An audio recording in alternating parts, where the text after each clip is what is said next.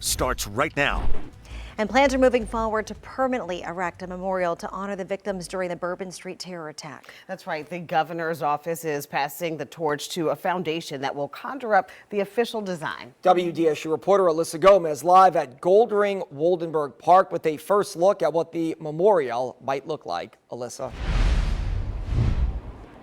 Yeah, Travers, this is where they're proposing that memorial stand once it's complete. We are just about a half-mile away from where that attack happened. Now take a look at these renderings, brand new, just released today, of what that permanent memorial would look like. The artists behind the design will be working alongside survivors as well as the families of the victims who died. Together, they will finalize a design and choose the words that are engraved on the walls. The 14 Foundation, a group born of those family members and survivors, are now taking over this project. The governor's office today deciding to pass the torch to them so their experiences inform every step of the process. To be here to connect with all of the families and to help move this mission and vision forward with everyone along with me means more than anything. We're all mainly hoping that it memorializes the loss. I think we're hoping it invokes a fraction of the emotion that we feel every single day grieving through it.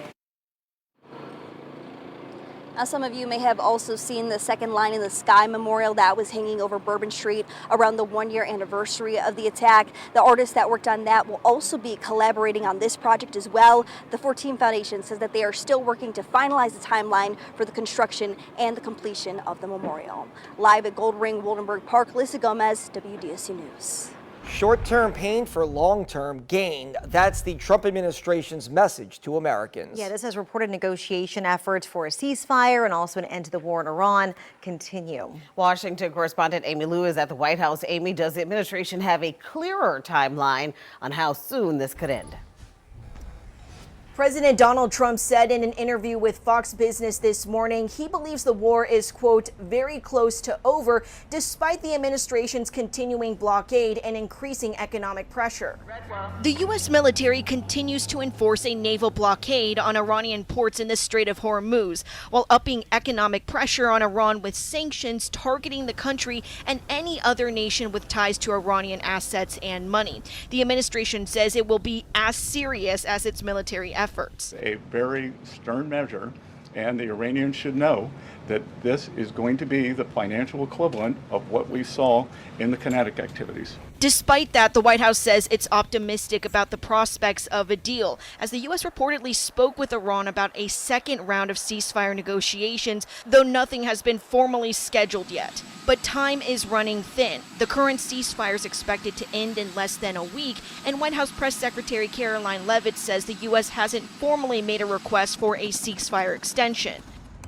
While Americans continue to feel pain at the pump, the White House says it will be worth long-term national and international security. This is a short-term disruption for the long-term strategic goal of the United States to ensure that the world's leading state sponsor of terror cannot obtain a nuclear weapon. Three main sticking points remain in these negotiations, including uranium enrichment, the Strait of Hormuz, and compensation to Iran for wartime damages.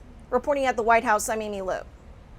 And today, for the fourth time this year, the Senate rejected a war powers resolution from Democrats that would have required the U.S. to withdraw from Iran until Congress authorizes further action. Now, Democrats have said that the war is unjustified. Most Republicans are standing behind the president. But some have signaled that Congress may need to increase its role the longer this continues.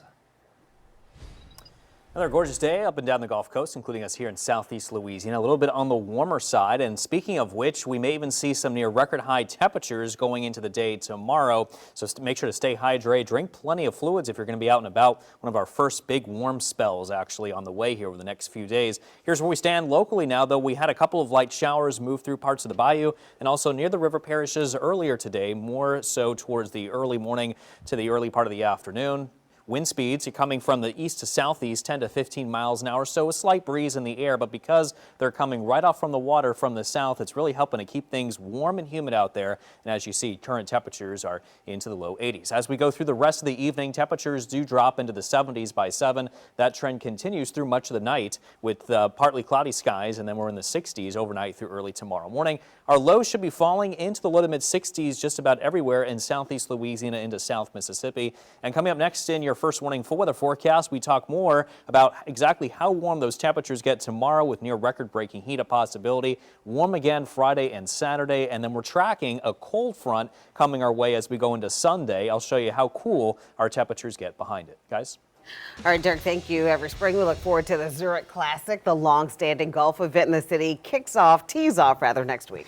But a second big golf tournament is expected to come to our city, but the golf league that runs that June event might have some big problems. WDSU sports reporter Kendall Duncan joins us live in studio with what's really been a wild day in golf. A wild day, but also a day that really could shape golf across the world. That's because reports are circulating that the future of Liv Golf is in question, which means the future of the tournament here in City Park could be in limbo. Liv is the Saudi-backed rival of the PGA Tour that lured 13 major champions to the league. But in the last 24 hours, the stability of Liv is in question. Reports state that the Saudi government is pulling their funding, which could force Liv Golf into imminent closure, according to the Wall Street Journal. The tournament is scheduled to tee off here in New Orleans in June, with state funds being allocated to update the Bayou Oaks course at City Park and to lure the Liv event here to New Orleans. Now, Liv Golf does not have a full-time operation in Louisiana, but it is working with local entities to produce the tournament in New Orleans.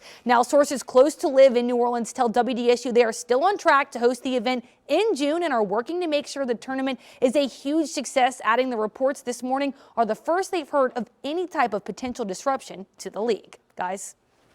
Well, happening right now, lawmakers in the state capitol are looking to overhaul the sewage and water board and give the city of New Orleans more governing control of the agency.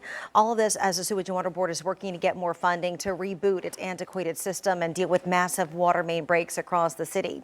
Now, the measure, which will be taken up a little later on this evening by Stephanie Hilferty, would give the city power over regulating rates, adopting ordinances, and also changing the governing structure of the board.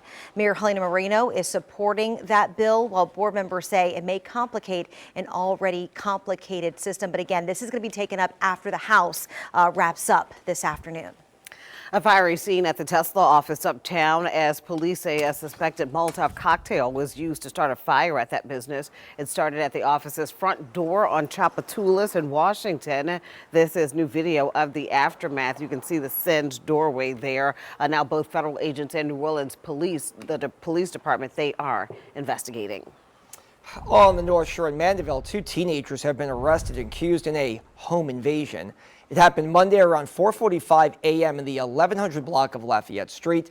Investigators say a woman reported that someone forced their way through her front door, firing shots.